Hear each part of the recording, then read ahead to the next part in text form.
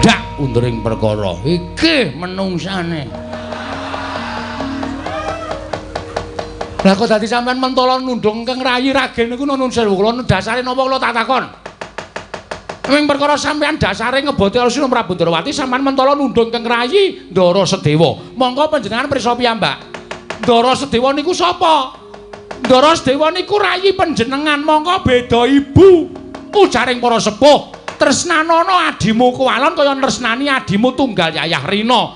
Yen kowe tresnani adimu Kuwalon kuwi ganjarane ngungkuli kowe tresnani adimu tunggalan Yayah Rina. Lah kok kowe tegel nundung Ndara Sedewa? Wah, Petruk tangane nuting-nuting. Nuting-nuting ya, men. Nek ora dingonone sampean iku ora kapok. Dadi sing marahi si Ndara Werkudara marah besar iki kowe ya sinuwun. Lho, Bagong matane mendhong apa? Mendono wae.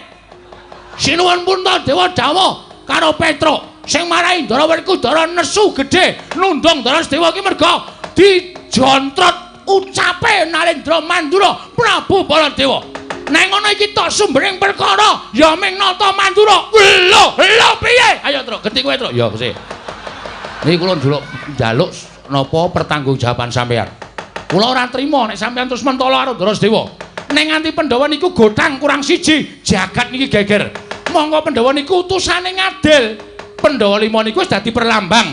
Dasaring negara niku 5 cacahe, manembah niku 5 wektu. Kok dilangi siji niku terus kula tak nyuwun prisa. Dasar sampean apa? Ayo Gong. Heeh, arep ngomong apa saiki kowe?